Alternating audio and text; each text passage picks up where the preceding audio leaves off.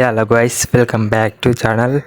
ఒక మంచి సినిమా అయితే పట్టుకొచ్చాను అనమాట. ఆ సినిమా పేరు ఏంటంటే మలయాళీ ఫ్రమ్ ఇండియా అనమాట. తెలుగులో అవైలబుల్ ఉంది. సోనీ లైవ్ స్ట్రీమింగ్ అవుతుందన్నమాట. తెలుగులో అవైలబుల్ ఉంది సోనీ లైవ్లో. ఓకేనా, మన ఛానల్కి కొత్తగా వచ్చిన వాళ్ళందరూ subscribe to my channel, please to share అనమాట. ఓకేనా, ఇక సినిమా విషయానికి వస్తే పాకిస్తాన్ వర్సెస్ ఇండియా మ్యాచ్ అయితే అవుతుందన్నమాట. ఇక ఆ మ్యాచ్లో ఇండియా ఓడిపోతుంది, పాకిస్తాన్ గెలుస్తుంది అనమాట. పాకిస్తాన్ గెలిచిందనుకో చుట్టూ వీధిలో పక్క గల్లీలో అందరు కలిసి పాకిస్తాన్ వాళ్ళు కొంతమంది ఉంటారనమాట. వాళ్ళందరూ ఎంజాయ్ చేస్తారనమాట.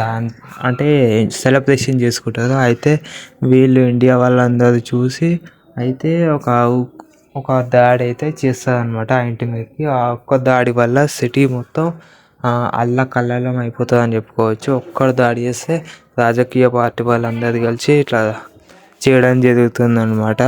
అంటే ఇట్లా కావాలని గొడవలు పెట్టడం కానీ. దాని తర్వాత మన హీరో మీద ఒక నింద వేస్తుందని చెప్పేసి మన హీరో జైలుకి వెళ్ళకూడదు అని చెప్పేసి పాకిస్తాన్కి పంపిస్తుంది అనమాట. పాకిస్తాన్తో ఒక ఆయనతోటి పరిచయం అయితే చేసుకుంటాడు అనమాట. అయితే అక్కడ నుంచి ఏం జరిగింది అనే ఒక స్టోరీ లైన్ తెలుస్తుంది అనమాట. క్లైమాక్స్లో అయితే చదువుకోండి అని అయితే అయిపోయింది అనమాట క్లైమాక్స్. ఇదేం క్లైమాక్స్ అని ఆయన మ్యూజిక్ ఎటెటో పోతుంది, సాంగ్ ఎటెటో పోతుంది, బీజిఎం కూడా తుస్సుమని ఎగిరిపోతుంది. ఇక అసలైన విషయం ఏంటంటే ఫస్ట్ హాఫ్ స్టోరీ లైన్ వేరే ఉంటుంది, సెకండ్ హాఫ్ స్టోరీ లైన్ వేరే ఉంటుంది అనమాట.